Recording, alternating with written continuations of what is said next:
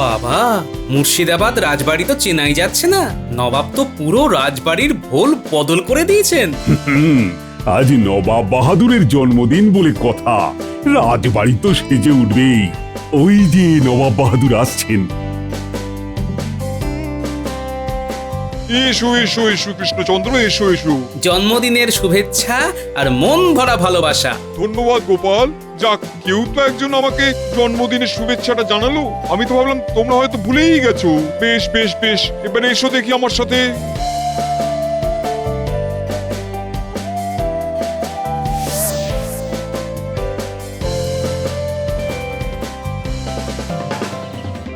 কৃষ্ণচন্দ্র, তুমি সবাইকে নিয়ে এখানে বিশ্রাম নাও।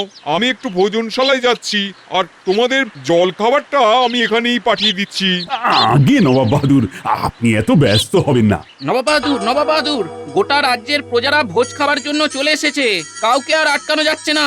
খাবার না পেয়ে সবাই হাঁড়ি পাতিল যা পারছে সবকিছু থেকে খাবার নিয়ে চলে যাচ্ছে। আরে আটকাও ওদের, এইভাবে কি সমাধান হবে? নবাব বাহাদুর, এ কি ভয়ঙ্কর অবস্থা! আর বলো না গোপাল, আমার সব কিছু গুলিয়ে যাচ্ছে। এত প্রজার মুখে আমি কিভাবে খাবার তুলে দেবো? সমস্যাটা কি আমাকে একটু খোলসা করে বলুন না। রাজ্যের প্রজার সংখ্যা অনুযায়ী খাবারের সুবন্দোবস্ত করেছিলাম, কিন্তু এত খাবার রান্না করার জন্য তো আমার কাছে তেমন বাসনপত্র নেই। এতটা বেলা হয়ে গেছে, সবাই অভুক্ত, তাই একটা পদ তৈরি হতে না হতে যে যার মতন খাবার তুলে নিয়ে খেয়ে নিচ্ছে। এই সমস্যা তো আমি এক্ষুনি তুড়ি মেরে সমাধান করে দেব। হ্যাঁ আচ্ছা নবাব বাহাদুর, আপনাদের আশেপাশে কোনো কামারশালা আছে? আছে তো, কিন্তু কামারশালা দিয়ে কি হবে? আপনার যত কাঁসার বাসন আছে সবকটা আমাকে দিন তো। কেন? আপনার কাছে যত কাঁসার বাসন আছে সবগুলো গলিয়ে দুটো বড় বড় পাত্র বানিয়ে আনবো। সেই বড় পাত্রে একবারে সারা রাজ্যের প্রজাদের জন্য রান্না হবে। তাহলেই তো সব ঝামেলা মিটে গেল। আরে এটা তো আমি সত্যি ভেবে দেখিনি। তাহলে আর দেরি করবেন না, দুটো দাস দিয়ে সব বাসন আমাকে বোঝাই করে দিন, আর প্রজাদের কাছ থেকে 2 ঘটিকা সময় চেয়ে নিন। আমি এক্ষুনি দিচ্ছি সব।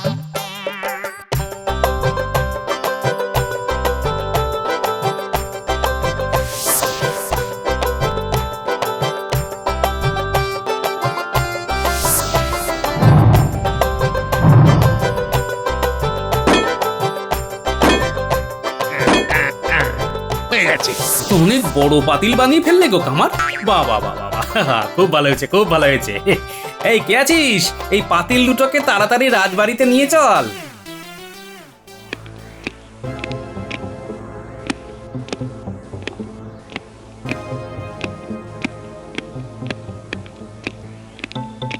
গোপালের এত দেরি হচ্ছে কেন? কিছুই তো বুঝতে পারছি না। নবাব বাহাদুর, আপনি গোপালের কথা মতো সমস্ত বাসন বাতিল না করলেই ভালো করতেন। এতক্ষণে অন্তত আরো 100 লোকের জন্য তো রান্না হয়েই যেত। এবার একসাথে 1000 লোকের রান্না হবে। কি কাণ্ড, এত বড় পাতিল! নবাব বাহাদুর, রাজবাড়িতে এমন পাতিল থাকা খুবই দরকার। নিন নিন, এবার আর সময় নষ্ট না করে রান্না শুরু করুন। হ্যাঁ বাবুর্চি, তুমি রান্না শুরু করো।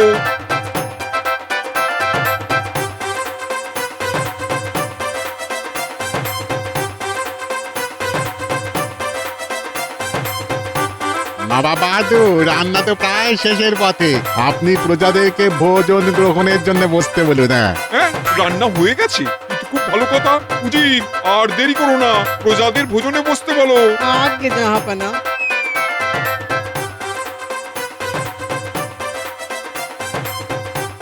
হ্যাঁ হ্যাঁ হ্যাঁ, খাও খাও খাও, সবাই মন ভরে আত্মা ভরে খাও। উফ, এতক্ষণ মনে হয় বুক থেকে পাথরটা নামলো।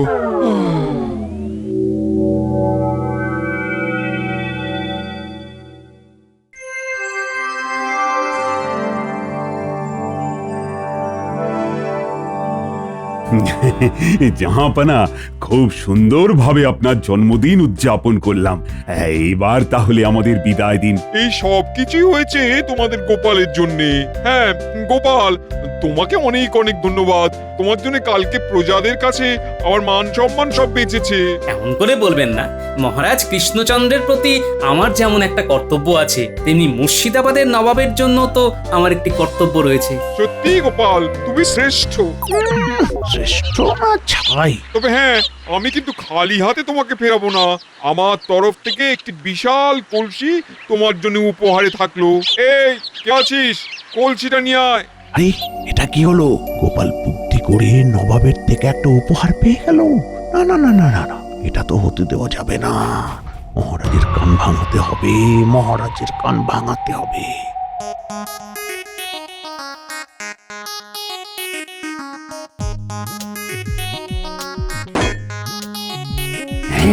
এত বড় কলসি!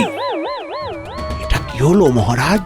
আপনি থাকতে গোপাল উপহার পাচ্ছে, তাও আবার কাঁসার কলসি। মহারাজ, এটা তো আপনাকে গোপাল রীতিমতো অপমান করছে মহারাজ। এখনো সময় আছে, এখনো সময় আছে, এটাকে আটকান মহারাজ, আটকান। হ্যাঁ, দেখেছেন তো মহারাজ, এইটিকো গোপাল নবাব বাহাদুরের থেকে কত বড় কলসিটা হাতিয়ে নিচ্ছে। নেওয়াচ্ছি, আমি থাকতে এই কলসি গোপাল পাবে? না না না না না না, এটা কিছুতেই আমি হতে দেব না। গোপাল, কাল তুমি আমায় সাহায্য করার জন্য আমি তোমায় এই উপহার দিচ্ছি, এটা কিন্তু ভেবো না। তোমার বুদ্ধির প্রশংসা শুধু মুখে করা সম্ভব নয়, তাই একটা উপহার দিয়ে তোমাকে সম্মান জানাচ্ছি। আমি আপনার উপহারটি গ্রহণ করলাম। না না মানে? আমি ওকে উপহার দিচ্ছি, তুমি না বলার কে হে? না মানে নবাব বাহাদুর, আসলে বলছিলাম কি, আমরা এতজন সদস্য ওই একটাই ঘোড়ার গাড়ি করে এসেছি, তা এত বড় কলসি নিয়ে কৃষ্ণনগরে কিভাবে ফিরে যাব বলুন? আপনি বরং কলসিটা আপনার কাছেই রেখে দিন, দুদিন পর কৃষ্ণনগর রাজবাড়িতে পাঠিয়ে দেবেন, আমি না হয় তখন গোপালকে সেটা দিয়ে দেব। হ্যাঁ নবাব বাহাদুর, মহারাজ ঠিকই বলেছে। গোপালকে আমি আলাদা করে একটা ঘোড়ার গাড়ির ব্যবস্থা করে দেবো। ও একা আরাম করে ওই কলসি নিয়ে নিজের বাড়ির দিকে যাবে। তোমাকে এই নিয়ে চিন্তা করতে হবে না কৃষ্ণচন্দ্র। দেখেছেন তো মহারাজ, কিভাবে গোপাল নবাব বাহাদুরকে বশ করেছে। মহারাজ কিছু করুন। ঠিক আছে, গোপাল একবার শুধু ওই কলসি নিয়ে কৃষ্ণনগরে ঢুকুক, তারপর গোপালের থেকে ওই কলসি কি করে আদায় করতে হয় সে কথা আমি খুব ভালো করে জানি।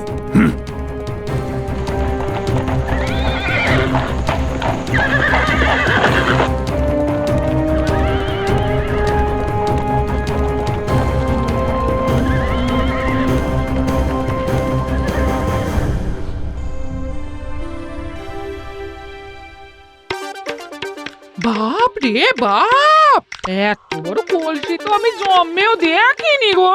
এটা হলো গোপালের বুদ্ধির পুরস্কার, বুঝলে? বলছিলাম, এই এত বড় কলসি তো আনলে, এই কলসি ভর্তি করে চাল রাখলে কেমন হয়?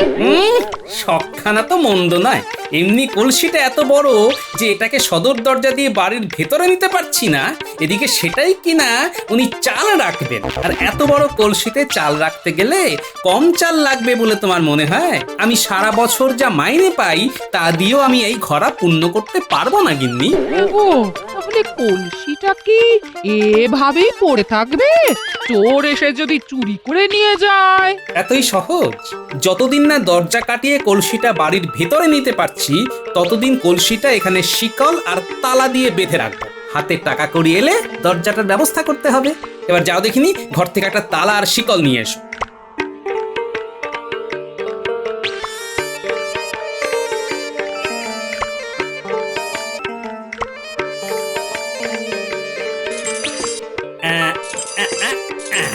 হয়ে গেছে।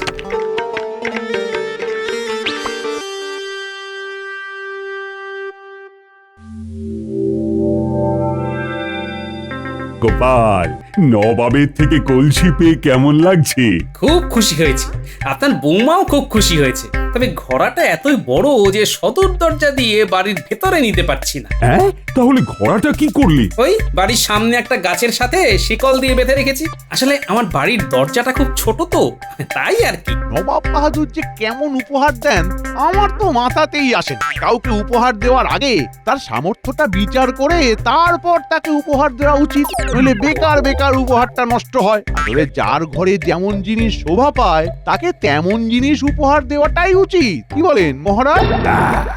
একেবারে ঠিক বলেছ মন্ত্রী। গোপালের ঘরে তো ওই কলসি শোভাই পায় না। গোপালের ব্যবহারের যোগ্য কোনো উপহার দেওয়া উচিত ছিল। ব্যাপারটা কি মহারাজ হঠাৎ এভাবে কথা বলছে কেন? তাহলে মহারাজ আমি আপনাকে একটা উপায় দিতে পারি। কি উপায়? আপনি গোপালের থেকে ওই বড় কলসিখানা নিয়ে নিন, আর তার বদলে গোপালকে একটা ছোটখাটো কলসি দিয়ে দিন, যেটা আসলে গোপাল ব্যবহার করতে পারবে। কারণ ওই বড় কলসি আপনার এই রাজ বাড়িতেই শোভা পায়, গোপালের ওই চালের বাড়িতে নয়। ঠিক বলেছ মন্ত্রী, এই জন্যই তোমাকে এত ভালো লাগে। তাহলে মহারাজ আমি লোক পাঠিয়ে গোপালের বাড়ি থেকে কলসিটা আনার ব্যবস্থা করি। হ্যাঁ হ্যাঁ হ্যাঁ হ্যাঁ, করে ফেল করে ফেল। দাঁড়ান মহারাজ, তোমার আবার কি হলো? ওই উপহার আমি আপনাকে দিতে পারবো না। ওটা আমার প্রাপ্য অধিকার। আমি আমার বুদ্ধির পরীক্ষা দিয়ে ওই পুরস্কার লাভ করেছি মহারাজ। বুদ্ধি না ছাই, ছোট ছোট কতগুলো পাতিলকে গলিয়ে বড় পাতিল তৈরি করে এনেছো। এতে আবার কোন বুদ্ধির পরিচয় মিলেছে তোমার? মহারাজ, কোনোভাবে কি আপনার আমার প্রতি হিংসা হচ্ছে? আমি তোমাকে দেখে হিংসা করবো কেন? না, আসলে আমার মাথায় এত বুদ্ধির ভান্ডারের জন্য আমি নবাবের থেকে উপহার পাচ্ছি, তাই ভাবলাম আর কি। তাই শোনো গোপাল, তোমার থেকে 10 গুণ বেশি বুদ্ধি আমার মাথায় আছে। তাই? হ্যাঁ তাই। ঠিক আছে মহারাজ, চলুন তাহলে একটা খেলা খেলি। কি খেলা? বুদ্ধির খেলা মহারাজ। বুদ্ধির খেলা? সেটা আবার কি? দেখুন মহারাজ, আমার কাছে কলসিটা আছে। এটা আমি নবাব বাহাদুরের থেকে বুদ্ধি করে অর্জন করেছি। এবার আপনি একদিনের মধ্যে বুদ্ধি করে আমার থেকে কলসিটা অর্জন করে দেখান তো দেখি। আপনি যদি একটা রাত বুদ্ধি করে কলসিটা থেকে আমাকে আলাদা করতে পারেন, তাহলে আমি বুঝবো আপনার মাথায় বুদ্ধি আছে, আর আমি খুশি মনে আপনাকে ওই কলসিটা উপহার হিসেবে দিয়ে দেব। এটা আবার কোনো ব্যাপার? বেশ, তবে একটা কথা মনে রাখবেন মহারাজ, আপনি যদি হেরে যান তাহলে ওই ঘড়া ভর্তি চাল আর ঘড়াটা আমার বাড়ির সদর দরজা দিয়ে বাড়ির ভেতরে ঢোকানোর ব্যবস্থা আপনাকে করে দিতে হবে। মনে থাকবে তো মহারাজ? আরে হ্যাঁ হ্যাঁ, মনে থাকবে, মনে থাকবে। মহারাজ চিন্তা করবেন না, আমাদের কাছে অনেক যন্ত্র আছে। ওর ওই জং ধরা শিকল কাটতে আমার এক মুহূর্ত সময় লাগবে না। কিন্তু মন্ত্রী, একটা সমস্যা আছে। কি মহারাজ? দেখো, গোপাল তো সারাদিন ধরেই ঘোড়াটা পাহারা দেবে। ও যা চালাক, ওই ঘোড়াটা এক মুহূর্ত কাজ ছাড়া করবে না মন্ত্রী। দিক না কেন, এটা তো আমাদের পক্ষেই ভালো হবে। মানে? গোপাল সারাদিন ধরে কলসিটা পাহারা দেবে আর ক্লান্ত হয়ে গভীর রাতে ঘুমিয়ে পড়বে, আর সেই সুযোগে ঘোড়াটা আমরা সরিয়ে আনবো। হ্যাঁ, এটা ঠিক, কিন্তু রাতেও যদি না ঘুমোই? তাহলে তো ঘুমের পুড়িয়া আছেই মহারাজ, সেটা আমি ঠিক কায়দা করে ওদের খাওয়ারের সাথে মিশিয়ে দেব, তাতেই দুজনেই ঘুমিয়ে উপকার। বাহ বাহ বাহ মন্ত্রী, তোমার মাথায় বুদ্ধি আছে। তুমি তাহলে সেপাইদের বলে দাও, আজ রাতের মধ্যেই ওই ঘোড়াটা কিন্তু আমার চাই চাই। আপনি কিচ্ছু চিন্তা করবেন না মহারাজ, আজ রাতেই কলসিটা আপনার হাতে তুলে দেব। মহারাজ, যতই আপনি ঘুষুর ঘুষুর ফুসুর ফুসুর করুন না কেন, ওই খরাখানা আপনি আর পাচ্ছেন না।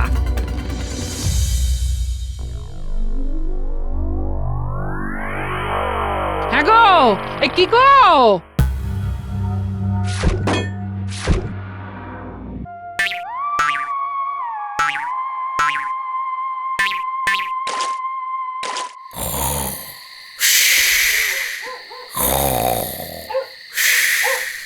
এই মানুষটার কাণ্ড দেখো, কেমন নাক ডেকে ঘুমোচ্ছে। ওইদিকে মহারাজ কলসি নিয়ে চলে গেলে বুঝবে ঠেলা। এই কি গো, উঠবে নাকি? আরে আরে আরে আরে, হলোটা কি? তোমার কি কোনো কাণ্ড জ্ঞান নেই গো? বলি বাইরে কলসিটা এভাবে বাঁধা আছে, আর তুমি এদিকে সারাদিন ধরে নাক ডেকে ডেকে ঘুমোচ্ছ। মহারাজ যদি কলসিখানা তুলে নিয়ে যায় তখন কি হবে? যা কাজ হবে এখন হবে। তুমি যে কি বলো না, আমি কিছুই বুঝি না। তোমার অত বুঝে কাজ নেই। না নাও, চলো খেতে দেবে, চলো। এসো। এ কি, খাবারগুলো এভাবে আলগা করে কে রাখলো? কি বলছো? খাবারগুলো তুমি ঢেকে রেখেছিলে? আরে আমি তো এক্ষুনি রান্না করে খাবার দাবার সব ঢেকে ঢুকে তারপর তোমাকে ডাকতে গেলাম। কি ভুতুরে কাণ্ড দেখো তো। হ্যাঁ, আচ্ছা, এই ব্যাপার। গিন্নি, এগুলো ভূত নয়, এগুলো হলো কিম্ভূত। যা খাবার বানিয়েছো সব ফেলে দাও। এই খাবার খাওয়ার কোনো দরকার নেই। ঘরে মুড়ি বাতাসা আছে, ওই নিয়ে ঘরে চলে এসো। কি যে হচ্ছে, দূর চাই।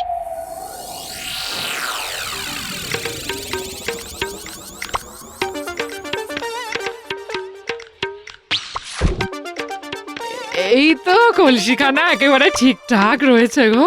এই চলো চলো চলো ঘুমিয়ে পড়ি, কি ঘুম পেয়েছে। বেকার বেকার এই ঘর আনতিটা নিয়ে আসলে। গিন্নি, এত হালকা ভাবে নিলে চলবে না। শত্রুপক্ষ একেবারে বুনো ওল। তাহলে কি করবে? সারা রাত জেগে এখানে বসে পাহারা দেবে? খেয়ে দে তো আর আমার কাজ নেই। সারা রাত না ঘুমিয়ে কলসি পাহারা দেব। তাহলে কি করবে? এই ঘরাঞ্চিটা দিয়ে আমি এই কলসির ভিতরে ঢুকে যাব, আর তুমি এই ঘরাঞ্চিটা আমার আগের জায়গায় রেখে সদর দরজা লাগিয়ে ঘুমিয়ে পড়বে, ব্যাস। সে কিনা তুমি এই কলসির ভেতরে ঘুমাবে? কলসি কাজ ছাড়া করা যাবে না। নাও নাও নাও, আর কথা বাড়িয়ে লাভ নেই। এসো তাড়াতাড়ি কাজটা সেরে ফেলি, অনেক রাত হয়েছে, ঘুম পাচ্ছে। তুমি ভালো করে ঘরাঞ্চিটা ধরো তো, আমি কলসির ওপরে উঠছি।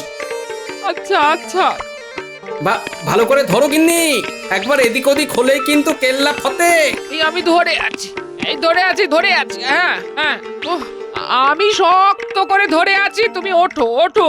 উহ বাবা, হয়ে গেছে। আমি এবার কলসির ভিতরে নামছি, তুমি এই ঘরাঞ্চিটা নিয়ে বাড়ির ভেতরে চলে যাও। আচ্ছা, এই সাবধানে সাবধানে নামো। ওরে বাবা রে, কি হলো? এই ঠিক আছে তো? যাও যাও, তুমি তাড়াতাড়ি বাড়ির ভেতরে চলে যাও।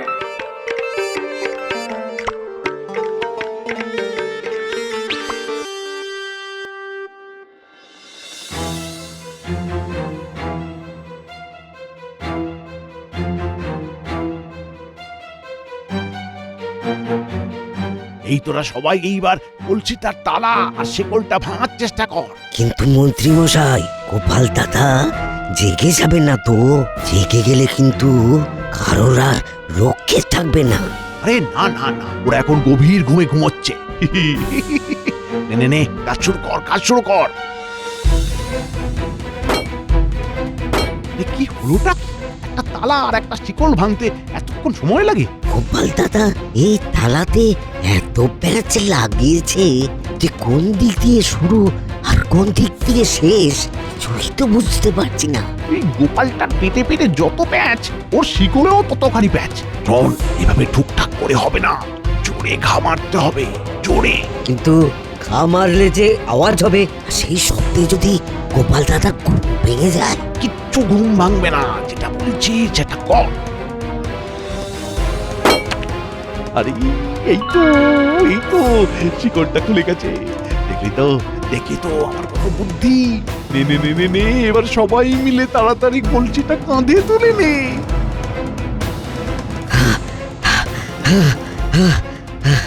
কি রে, এই কি হলো? দাঁড়িয়ে আছিস কেন? কাঁধে তোল। মন্ত্রী মশাই, কলসিটা খুব ভারী, কোনোভাবেই তোলা সম্ভব হচ্ছে না। বললেই হবে? হ্যাঁ, আমিও হাত লাগাচ্ছি। ওরে বাবা রে, এত ভারী! কলসি টেকোর মতোই ভারী। শোন শোন শোন, সবাই মিলে জোর লাগাতে হবে, সবাই মিলে। নে নে নে, এবার পা চালিয়ে চল, এবার পা চালিয়ে চল চল।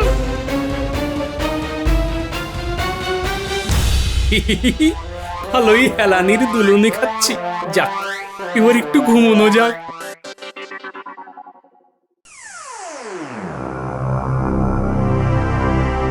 কি সকাল হয়ে গেল, ওরা এখনো কলসিটা নিয়ে আসছে না কেন? মহারাজ, আপনি খামোখা ওই গোপালের বুদ্ধির সাথে লড়তে গেলেন। ওর যা বুদ্ধি, ওর সাথে পেরে উঠবেন না মহারাজ। চুপ করো তো, এমনিতে আমি আমার জ্বালায় পাচ্ছি না, তার মধ্যেও কাটা খায় নুনের ছিটে দিচ্ছে। তাহলে কি মন্ত্রীরা সত্যি সত্যি কলসিটা গোপালের থেকে আনতে পারলো না? আরে ওই তো মন্ত্রীরা চলে এসছে।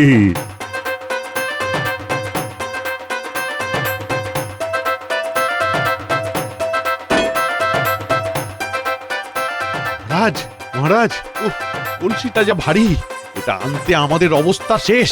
ঠিক আছে ঠিক আছে, আয় কে আছিস, ওদের একটু জল দে। নাও নাও নাও, জল পান করো। যাক বাবা, তোমরা যেভাবেই হোক কলসিটা তো নিয়ে এসেছো। কি এটা কি হচ্ছে? বাবারে, আরে এটা কি হচ্ছে? এটা তো মনে হচ্ছে ভুতুরে কলসি। বাবা, এসে কিনা এটা একটা ভুতুড়ে কলসি। ওরে বাবারে, ভূত ভূত ভূত ভূত, ভূত।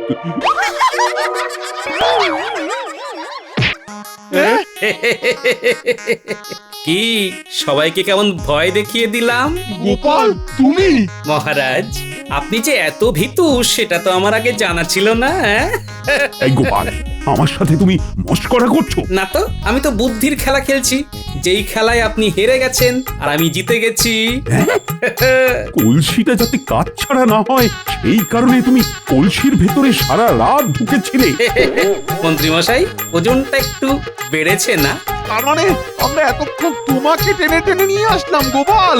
আমার মাথাটা কেমন বনবন করে ঘুরছে, বনবন করে ঘুরছে গোপাল। একটু সামলে মন্ত্রী মশাই। বাবা গোপাল, সত্যি তোমার এলেম আছে। তোমার বুদ্ধির কাছে আমার শত শত কোটি প্রণাম। তাহলে মহারাজ, মনে আছে তো?